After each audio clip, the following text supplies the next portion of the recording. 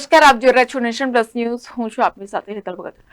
ચોમાસાની સિઝન શરૂ થાય તે પૂર્વે જ પ્રી મોન્સૂન એક્ટિવિટીના ભાગરૂપે જિલ્લા કલેક્ટર શ્રી દ્વારા ગત એપ્રિલ મહિનામાં સંકલન સમિતિની બેઠક બોલાવવામાં આવી હતી.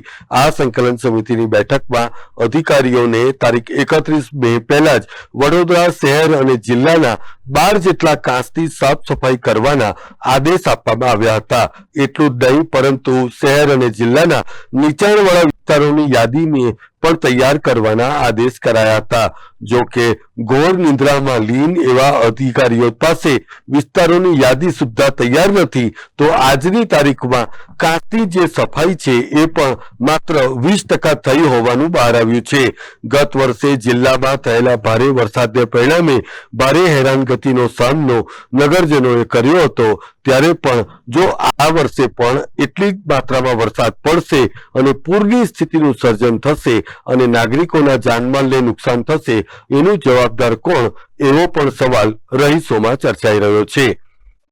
ચોક્કસ ટકામાં એનું આકલન કરવું ડિફિકલ્ટ રહે છે, પરંતુ ચોક્કસપણે જે મહાનગરપાલિકા વિસ્તારમાં આવેલા કાંસની સફાઈ છે લગભગ પૂર્ણ થઈ ગઈ છે. અને એ સિવાયના જે નોટિફાઈડ કાંસ છે એની સ્ટેટ ઇરિગેશન ડિપાર્ટમેન્ટે લગભગ 70-80% જેવી કામગીરી પૂર્ણ કરી છે તેવા અહેવાલ છે. અને બાકીની કામગીરી પણ એ ખૂબ ઝડપથી પૂર્ણ કરી દેશે.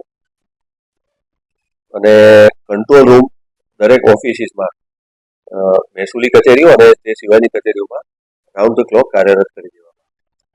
એવા વિસ્તારોની લો લાઇન જે એરિયા હોય છે એની યાદી ચોક્કસ અમારી પાસે હોય છે. અને એમાં જ્યાં વધારે વરસાદને કારણે પાણી ભરાવાની શક્યતા લાગે ત્યાં જરૂર પ્રમાણે એડવાન્સમાં ઇવેક્યુએશન ટેમ્પરરી સ્થળાંતર કરાવવાની તૈયારી કરે. કેમેરામેન નવનીત પરમાર સાથે Satyam Devaskar, Nation Plus News, Vadodara.